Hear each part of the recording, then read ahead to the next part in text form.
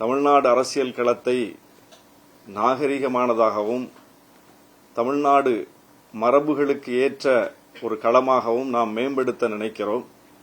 ஆனால் அண்மை காலமாக தமிழ்நாடு அரசியல் களத்தை மிகவும் கீழிறக்கி அவதூறுகளாலும் பொய்களாலும் வன்மத்தாலும் அதை மாற்றத் துடிக்கிற சக்திகளாக பாஜக சங் பரிவார சக்திகள் விளங்குகிறார்கள். அதனுடைய குறியீடாக கமலாலயம் வாசலில் அன்றாடம் அண்ணாமலை அவருக்கு தோன்றுவதையெல்லாம் பேசுவார்.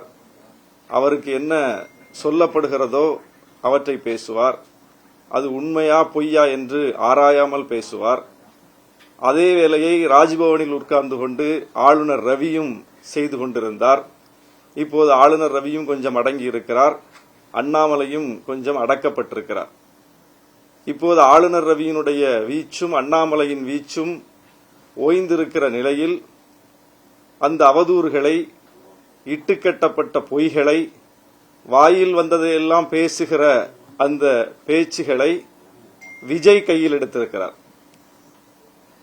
தமிழக வெற்றிக் கழகம் என்று ஒரு கட்சியை தொடங்கி நாங்கள் மாற்று அரசியலை கொண்டு வந்து நிறுவப் போகிறோம் என்று சொல்லி களத்திற்கு வந்திருப்பவர், களத்திற்கு வந்து கொண்டிருப்பவர் விஜய் நேற்று நாகப்பட்டினத்திற்கு வருகை தந்து முழுக்க முழுக்க ஃபேக்சுவல் எரர் என்று சொல்லக்கூடிய பொய் தகவல்களை பரப்பிவிட்டு சென்றிருக்கிறார்.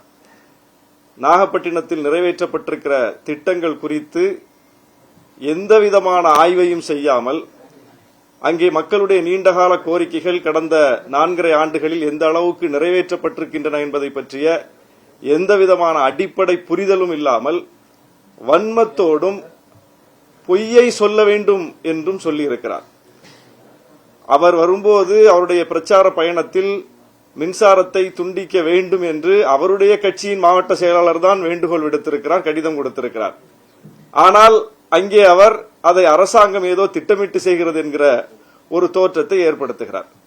இப்படி முன்னுக்கு பின் முரணாக பொய்யை சொல்லி தன் மீது கவனத்தை ஈர்க்கிற இந்த வழக்கம் என்பது நாம் பாஜகவில் தான் பார்த்தோம். அந்த வழக்கத்தை அதை இப்போது இவரும் செய்கிறார். எனவே இவர் யார் சொல்லி செய்கிறார், எதற்காக செய்கிறார் என்கிற கேள்வி வருகிறது. பாஜகவின் தன்மையை இவர் ஏன் பிரதிபலிக்கிறார் என்கிற சந்தேகம் வருகிறது அவர் மீது. அவர் அரசியலை நேர்மையாக செய்யலாம்.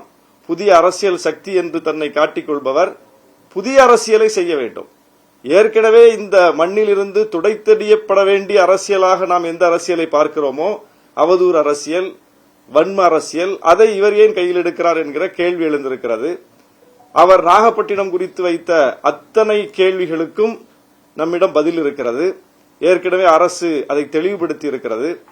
கடந்த 4.5 ஆண்டு காலத்தில் நாகப்பட்டினத்தினுடைய பல்வேறு கோரிக்கைகள் நிறைவேற்றப்பட்டிருக்கின்றன.